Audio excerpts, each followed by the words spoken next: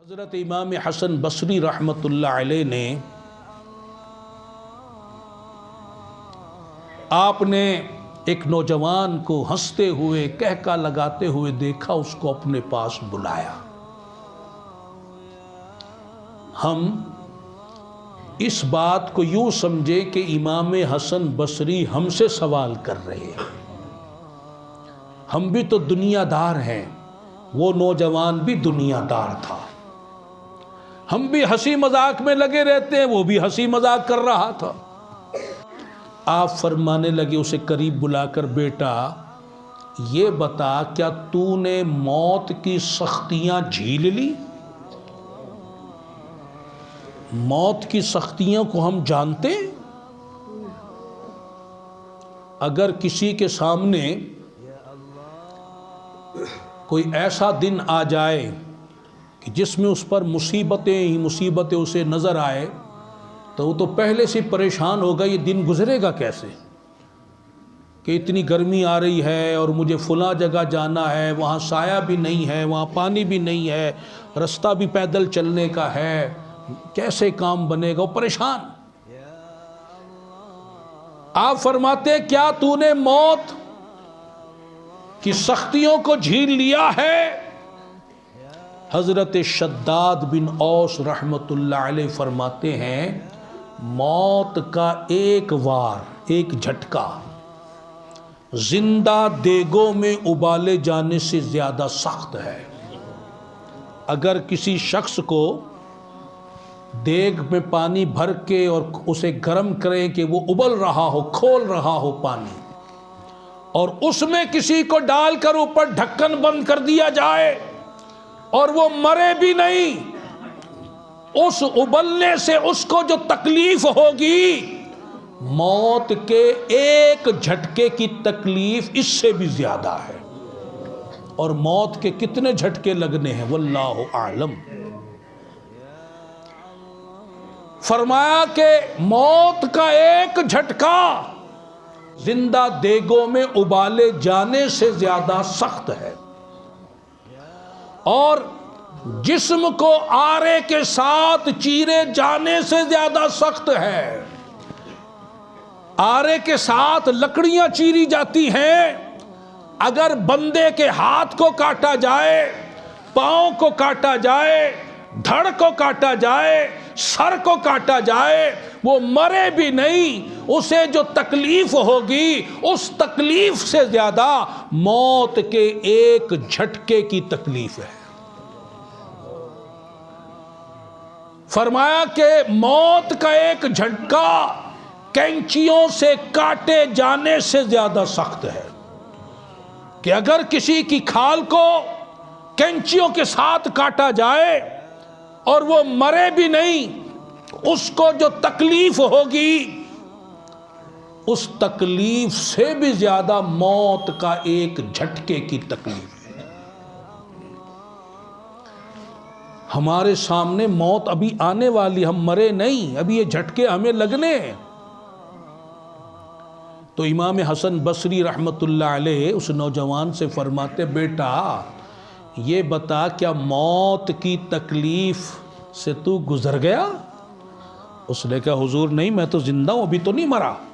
اچھا چلو یہ بتاؤ کیا منکر نکیر کے سوالوں کا جواب تو نے دے دیا؟ قبر میں منکر نکیر آتے ہیں جن کے بال بڑے لمبے لمبے، آنکھیں دیگ کی طرح بڑی بڑی، ناخن اتنے بڑے کہ ناخنوں سے زمین کو کھودتے ہوئے باہر آتے ہیں، ہیبت ناک صورت، خوفناک، جس کو دیکھنا ایک عذاب ہے۔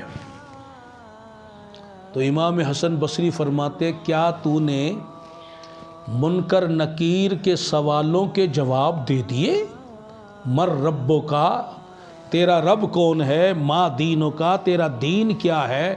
ما کنت تقول فی حق حاضر رجل، رسول اللہ صلی اللہ علیہ وسلم کی زیارت کرائی جاتی ہے اور پوچھا جاتا ہے بتا ان کے بارے میں تو کیا کہا کرتا تھا؟ اس نے کہا حضور ابھی تو میں دنیا میں ہوں، مرا نہیں، میں قبر میں جاؤں گا تو سوالوں کے جواب دوں گا، ابھی تو میں نے نہیں دیے۔ اچھا چل یہ بتا، کیا پل صراط سے تیرا گزر ہو گیا؟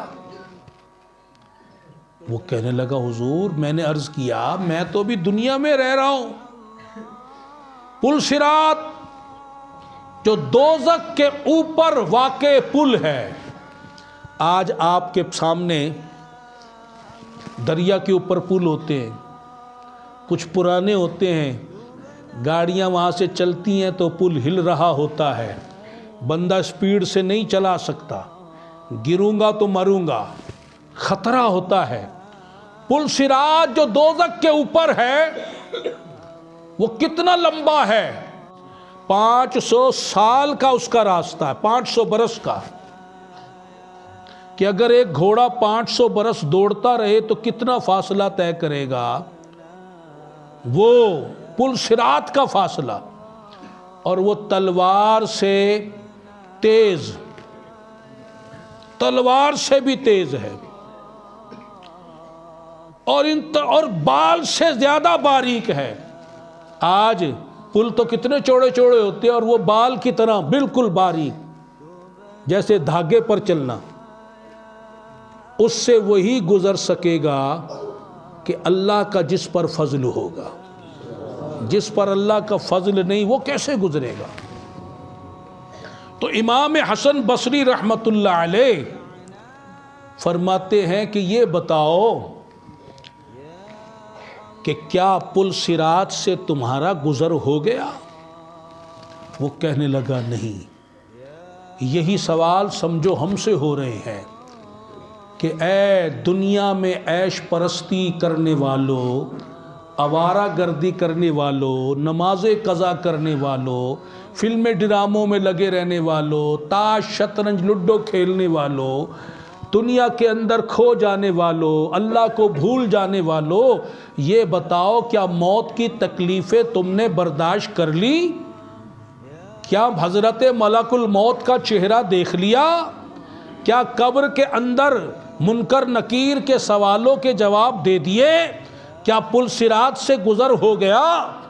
اب حضرت امام حسن بصری رحمت اللہ علیہ نے ان سے اگلی بات یہ ارشاد فرمائی، بیٹا یہ بتاؤ کیا تمہارے لیے جنت میں جانے کا فیصلہ ہو گیا؟